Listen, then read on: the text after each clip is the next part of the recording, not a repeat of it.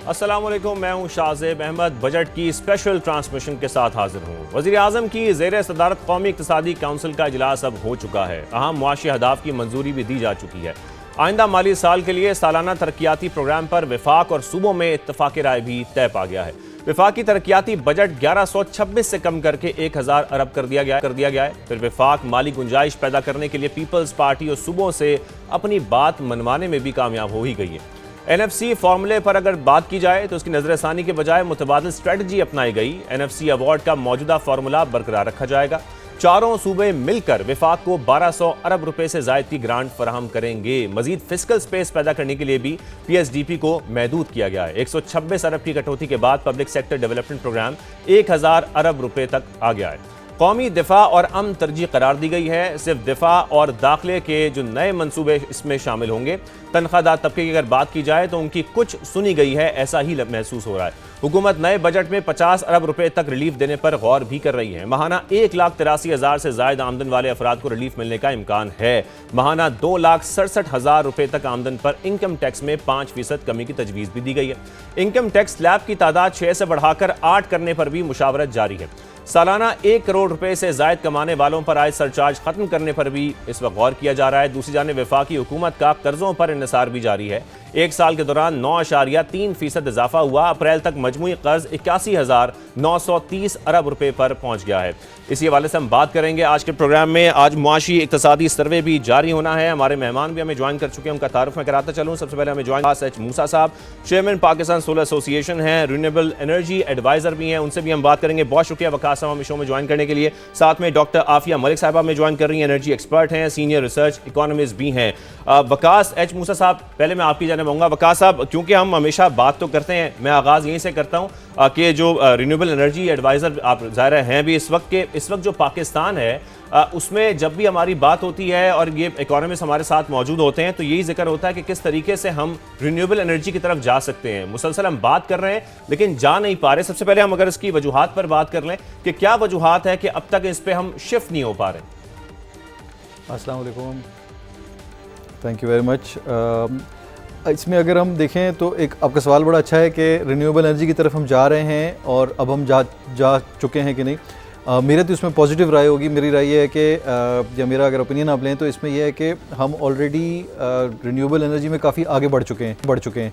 इस वक्त अगर हम दुनिया की बात करते हैं, जो एज पाकिस्तान सोलर एसोसिएशन, जब हम इंटरनेशनल दूसरी एसोसिएशन के साथ बैठे होते हैं या उनसे बात कर रहे होते हैं तो हमेशा हमसे वो पूछते हैं कि तुम लोग पाकिस्तान में ऐसा क्या कर रहे हो कि 40 गीगावाट्स तकरीबन हमने जो है इंस्टॉल कर लिया है सोलर का।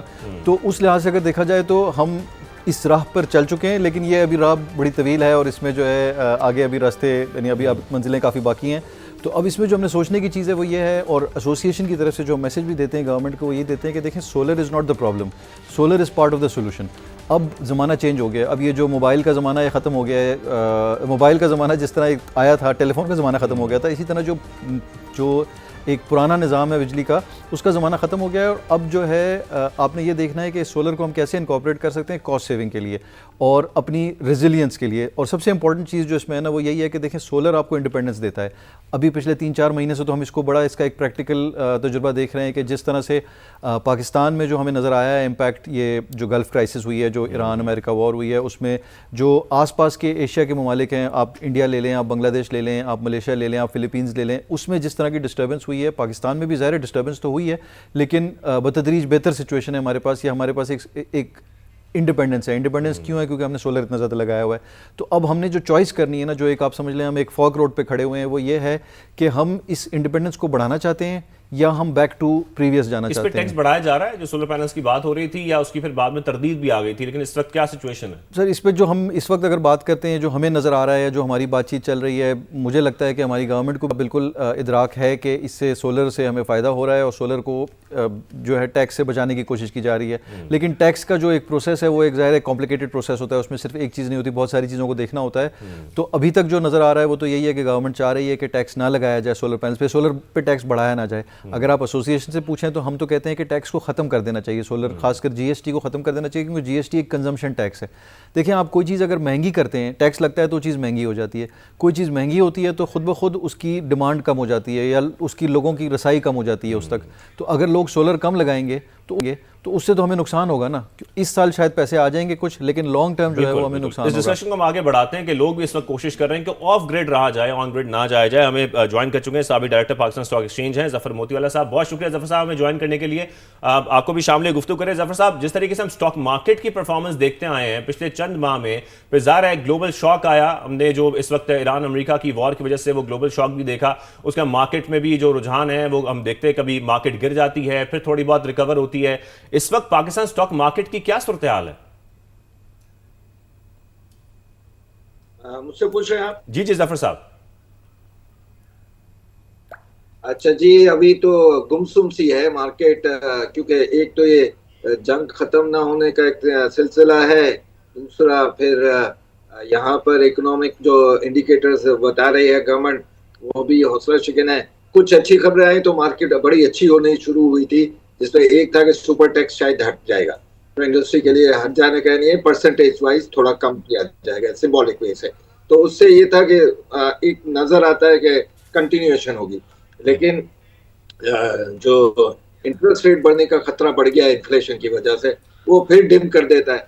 और जंग की वजह से और फिर ये प्रोविंशियल जो पॉलिटिकल क्राइसिस जैसा नजर आ रहा था बिटवीन प्रोविंस एंड फेडरल में, वो भी एक किस्म का हमारी मार्केट को डैमेज कर रहा है। तो अभी आप यूं समझ ले कि हम लोग 1,68,000 से 1,71,000 के इंडेक्स के मार्जिन के अंदर इसी सर्किट में फिर रहे हैं। और ये बजट के फौरन बाद ही सब रियलाइज होगा कि अब मार्केट किस सिमट लेगी। दूसरा, अभी अगर फाइनल टचेस हैं इस वॉर के, तो ये भी हमको बहुत बड़ा बूस्ट देंगे अगले महीने तक। सही सही। राफे साहिबा अभी हमारे साथ मौजूद हैं, आफिया मलिक साहिबा, उनको भी शामिल गुफ्तगू करते हैं। डॉक्टर आफिया मलिक साहिबा, ज़ाहिर है ग्लोबल शॉक की जब हम बात कर रहे हैं ना, तो हम तो देखते हैं कि दीगर ममालिक में ऐसा होता है कि जब कोई ग्लोबल ऑयल शॉक भी आता है या किसी किस्म का ग्लोबल शॉक आता है तो जो इन्फ्लेशन है उसको लिमिट किया जाता है। लेकिन हमारे यहाँ पाकिस्तान में जब हम देखते हैं तो ऐसा रुझान है कि लेवी को बढ़ा दिया जाता है और जो फ्यूल टैक्सेशन है उसमें रिडक्शन के बजाय उसमें इजाफा कर दिया जाता है। पाकिस्तान ने कैसा हैंडल किया जब हमने देखा कि ग्लोबल ऑयल शॉक, जब हमने ज़ाहिर है वो ऑयल शॉक पाकिस्तान को भी आके फील हुआ? बहुत शुक्रिया आपका। देखें, जब इनिशियली जब हम ग्लोबली ऑयल की प्राइसेस ऊपर गई थी ना, उस वक्त तो ज़रूरी थी क्योंकि हमारे पास फिजिकल रिसोर्सेज इतने नहीं थे कि हम उसको जो है वो कंटेन कर सकते। तो उस वक्त तो जो इंक्रीज किया गया वो तो बात समझ में आती है। लेकिन बाद में जो हमने पेट्रोलियम लेवी को इंक्रीज करना शुरू कर दिया सिर्फ और सिर्फ अपने जो रेवेन्यू के टारगेट्स को अचीव करने के लिए, उसकी वजह से जो इम्पैक्ट आ रहा है ना, वो ज़्यादा खतरनाक भी है और उसका ज़्यादा इम्पैक्ट होता है हमारी कंज्यूमर पे। क्योंकि पहले वाला जो था उसको तो थोड़े अरसे के लिए था कि वो एकदम से जो है वो $100 पर बैरल जब वो प्राइसेस ऊपर गई, तो उसको तो जाहिर है कि हमारे रिसोर्सेज ना, हमारे पास फॉरेन एक्सचेंज रिजर्व्स इतने सफिशिएंट थे और ना हमारी फिजिकल स्पेस थी कि हम उसको जो है वो किसी तरह से वो कर सकते। लेकिन वो वहां तक बात समझ में आती है। लेकिन लेवी को इंक्रीज करते जाना, वो वाली जो चीज़ थी ना, उसने डायरेक्टली हिट किया कंज्यूमर को। और अभी मजीद जो खबरें आ रही हैं उसमें यही है कि हमारा जो ओवरऑल जो हमारा टैक्स स्ट्रक्चर, आपको पता है कि वो किस कदर कमज़ोर है, कि हमारा जो ज़्यादातर इन्हिसार है वो इनडायरेक्ट टैक्सेस पे होता है। और पेट्रोलियम लेवी को मजीद जो है वो 18% बढ़ाने की बात की जा रही है।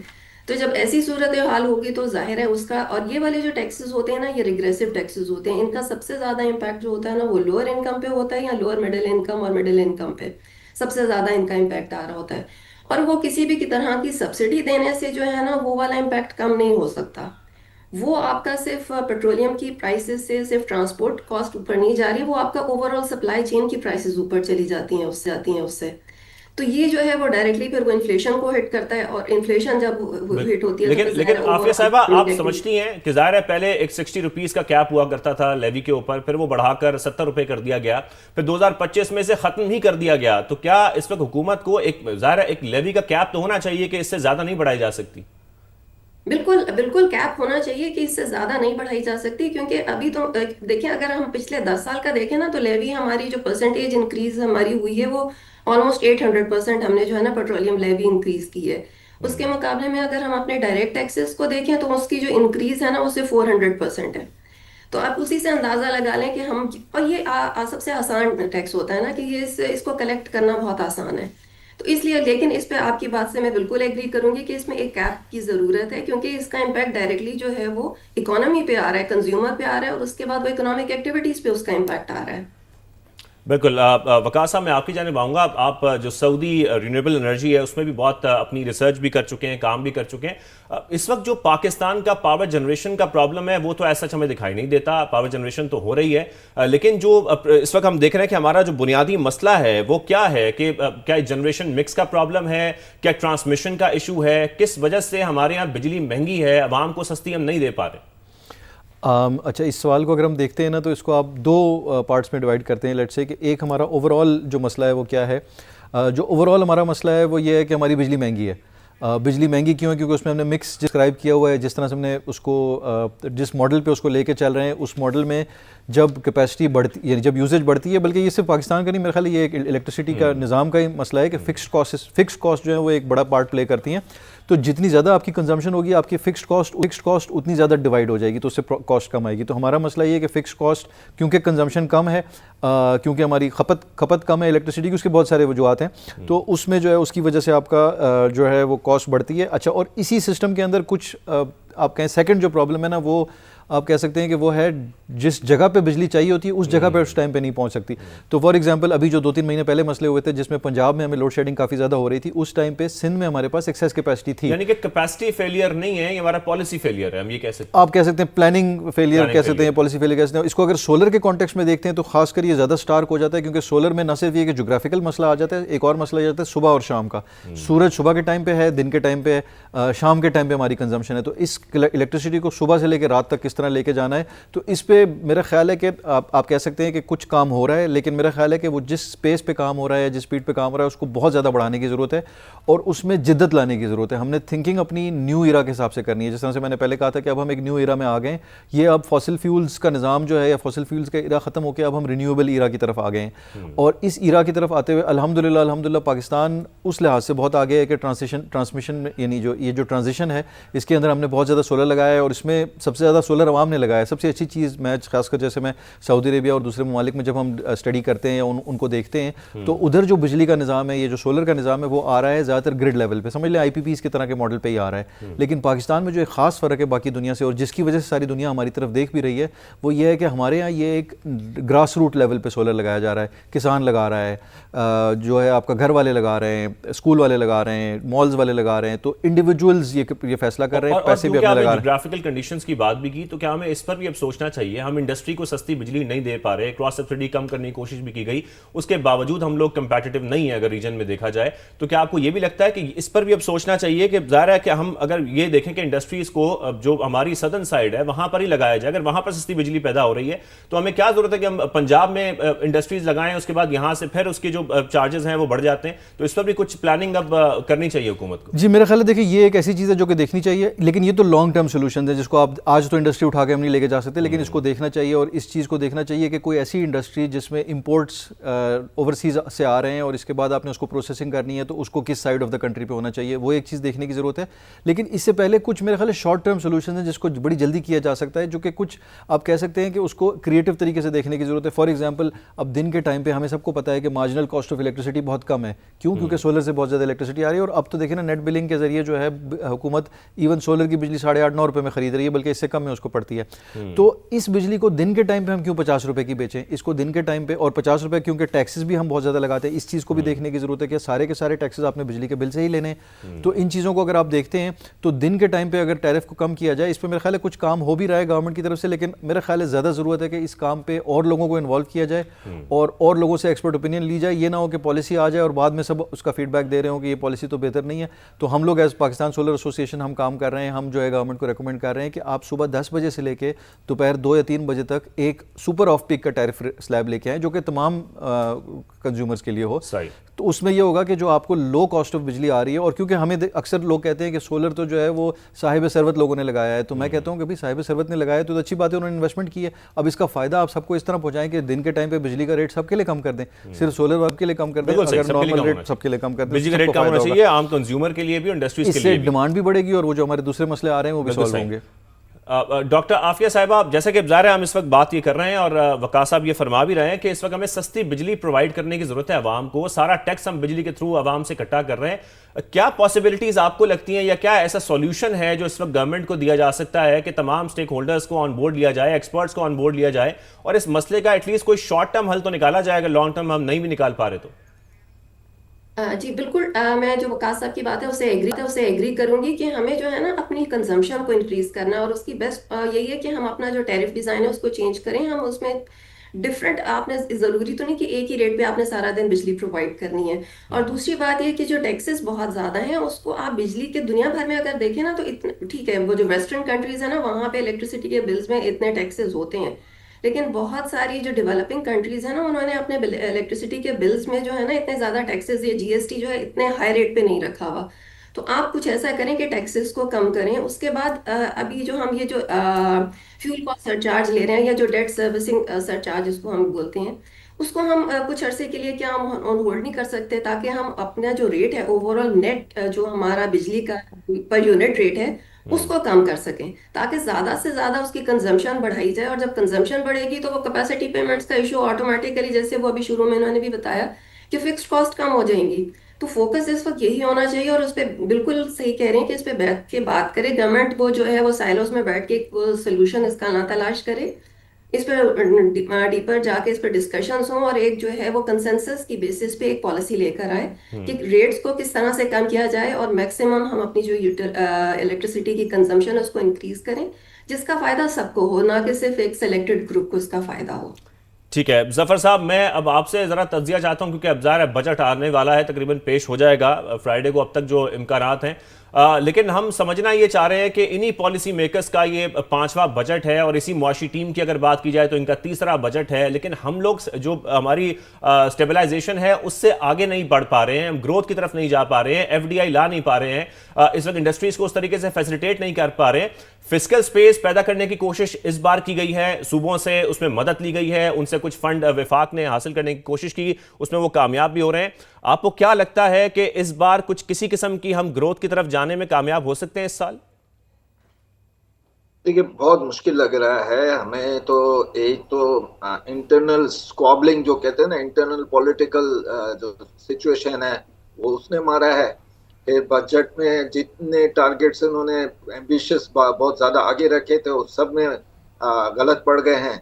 अभी भी वो बोल रहे हैं 3.75 से जीडीपी बढ़ी है, जबकि नहीं बढ़ी है। ये बातें हैं। इधर आपकी डॉलर रुपी की पैरिटी, जो हम बड़े खुश हो रहे हैं कि पैरिटी अच्छी है, लेकिन अगर हम वो इंपोर्ट खोलते हैं और एसेंशियल आइटम का इंपोर्ट खोलते हैं तो भी आपके डॉलर की पैरिटी जो है वो गड़बड़ कर जाएगी। इंटरेस्ट रेट दोबारा बढ़ने की बात हो रही है और लेवी पर लेवी लगाकर डायरेक्ट टैक्सेस की जगह इनडायरेक्ट हर एक के ऊपर, गरीब अमीर के ऊपर लग रहा है। तो वो ऐसा लग रहा है कि आसान तरीका ही यही है कि भाई वो जो है ना लेवी लगा दे फ्यूल पर, और फ्यूल के लेवी से मेरे को तो लगता है कि ये $75 भी ऑयल हो जाएगा ना तो भी यहाँ पर ये 300 के ऊपर ही रखेंगे। तो ये जो हालात हैं और आगे के जो अभी ये टारगेट्स देंगे उससे तो नहीं लग रहा है। दूसरा फिर ये 1700 सिंध गवर्नमेंट का और ये सब सूबों का मिलकर उसको देना अपना फेडरल को, ये भी कोई बीच में आया है तो ये फैसला हुआ है। फिर इसमें भी स्क्वॉबलिंग हो रही थी कि भाई ज्यादा हिस्सा जब वापसी फेडरल करेगा तो किसको जाएगा वापस, और ये भी। तो ये सब चीजें बजट में मेरे ख्याल में नजर आएंगी। और देखिए हमें हमेशा देखो कहता हूं हमारी मार्केट है ना वो झूठ नहीं बोलती है। तो जब हमारी मार्केट इस तरह गुमसुम हो जाए, चुप हो जाए, तो इसका मतलब उसको भी समझ नहीं आ रहा कि किस तरह सब टारगेट्स हम अचीव करेंगे। तो जफर साहब कोई मुस्तकिल हल अब निकाल लेना चाहिए कि एनएफसी फॉर्मूले पर नजरसानी कर ली जाए, कोई एक मुस्तकिल हल निकाल लिया जाए ताकि फिस्कल स्पेस हर साल हमारी हुकूमत के पास हो, अवाम को रिलीफ देने के लिए भी और ग्रोथ के लिए भी। हेलो जी जी जफर साहब आपको आवाज आ रही? हाँ जी, मैं बात कर रहा था कि ये जो टारगेट्स अचीव में कि भाई हम अपनी जो टैक्स पेयर्स हैं उनकी तादाद बढ़ाएं, वो भी नहीं हो रहा है। अच्छा, एग्रीकल्चर पर भी कुछ जो इन्होंने कहा था कि भाई ये हम लगाएंगे, उससे भी कोई आमदन नहीं हुई है, और उन्होंने तो बिल्कुल फिक्स कर दिया है। छोटी छोटी मार्केटें जो हैं पूरे पाकिस्तान में हैं, वो तो बिल्कुल मना कर देती हैं कि भाई हम नहीं करेंगे। अब इन्होंने एक नई शुरू की है कि फिक्स टैक्स पर दुकान लगाएंगे। तो उसका भी फॉर्मूला क्या है, कैसे लगेगा, कितनी साइज की होगी, किस तरह वो पेमेंट होगी, यानी पर मंथ होगी या पर ईयर होगी या क्या होगा, कुछ पता नहीं है। तो ये ऐसी स्कीमें लाना जो काम ही ना कर तो सके और सिर्फ बजट आपके में दे देना। आपके ख्याल में जफर साहब, ये फिक्स टैक्स की जो स्कीम है ये इस बार भी कामयाब नहीं होगी? 2024 में तो हमने देखा था ताजिरों की स्कीम लाई गई थी और उसमें कोई खातिर खा फायदा नहीं हासिल हुआ था। नहीं, वो उस टाइम है ना, ये कह रहे थे कि बाबू एक रखो, अपना अकाउंटेंट रखो। तो उस टाइम वो रिफ्यूजल हो गया था कि भाई वो शब्बर जैदी का टाइम था, मुझे याद नहीं है। तो वो जो था उसके टाइम पर ये बाकायदा झगड़े हो गए थे बिटवीन शॉपकीपर्स एंड एफबीआर, और ज्यादा तूल पकड़ गए थे। इस दफा इन्होंने समझ गए कि इसके लिए फिक्स इनकम का होना, फिक्स अमाउंट ले लेना पर साइज ऑफ दुकान, वो ज्यादा अचीवेबल है। वो हो सकता है अगर इन्होंने इजी इजी इनको स्पॉन्सर रिस्पॉन्स करने का टाइम और इनके साथ खुश असलूबी से पेश आए, तो ये हो सकता है। ये हो सकता है। और साथ में जैसा कि आपने एफबीआर का जिक्र भी किया, जो अहदाफ इस बार रखे गए हैं तकरीबन लास्ट ईयर से 18% ज़्यादा हैं, वो अहदाफ फिर कैसे हासिल होंगे अगर हम टैक्स बेस ब्रॉडन ही नहीं करेंगे और उन्हीं लोगों पर टैक्स लगाएंगे जो हम लास्ट टाइम जिनसे टैक्स लेते रहे, चाहे वो सैलरी क्लास हो या इंडस्ट्रीज हो? जो एक प्रोग्राम था लास्ट ईयर का, तो उसमें पूछा ये बजट में सबसे ज्यादा खुश कौन हुआ है। तो मैंने कहा वो जो टैक्स नहीं भरता, जो टैक्स ब्रैकेट में नहीं है। वो उसको हंसी आती है, ना उसको परवाह है कि कौन से स्कूल बनेंगे, ना उसको परवाह है कि इंफ्रास्ट्रक्चर कहाँ जाएगा, ना उसको परवाह है कि हॉस्पिटल में कितना लगेगा, उसको कुछ परवाह नहीं है। वो बैठा है आराम से हंस रहा है इधर हम लोगों की परेशानियां देख देख कर। अभी वर्ल्ड बैंक ने इतना बड़ा स्कैंडल आउट किया है करप्शन का, आपको पता है। तो 6 अरब रुपए का निकला है। ऐसे कितने हैं कि वो अरबों रुपए कहाँ गए पता नहीं है, रोड बना नहीं है और पैसे गायब हो गए। तो ऐसा खतरनाक लेटर वर्ल्ड बैंक ने लिखा कि जो हमने उनकी इस टाइप की लैंग्वेज कभी सुनी नहीं थी। जो उन्होंने लेटर लिखे हैं हुकूमतों को, डिफरेंट प्रोविंस के, कि भाई ये आप हो ना, हमारे पैसे वापस करो। तो ये एटीट्यूड, ये करप्शन, ये इंफ्रास्ट्रक्चर का फेलियर, ये रोड ना बनना, हॉस्पिटल ना, इसमें ज्यादा खुश वही होगा ना कि जिसके पैसे ही नहीं लग रहे हैं। हमारे तो पैसे लग रहे हैं, वर्ल्ड बैंक के पैसे लग रहे हैं, आईएमएफ के पैसे लग रहे हैं। तो वो सब मिल मिलाकर भी इनके पेट पूरे नहीं हो रहे, इनको अभी भी और चाहिए। ये दिस इज हमारे लिए बहुत शर्म की बात है कि भाई यहाँ तक हम पहुंचते, थोड़ा सा अच्छाई भी आई, थोड़ी सी इंटरेस्ट रेट भी कम होने लगे, शुरू हो गए, डॉलर रुपये की पैरिटी भी स्टेबल हो गई। ये सब ये है ना, ये अपने खुदगर्जी में, अपने करप्शन में तबाह कर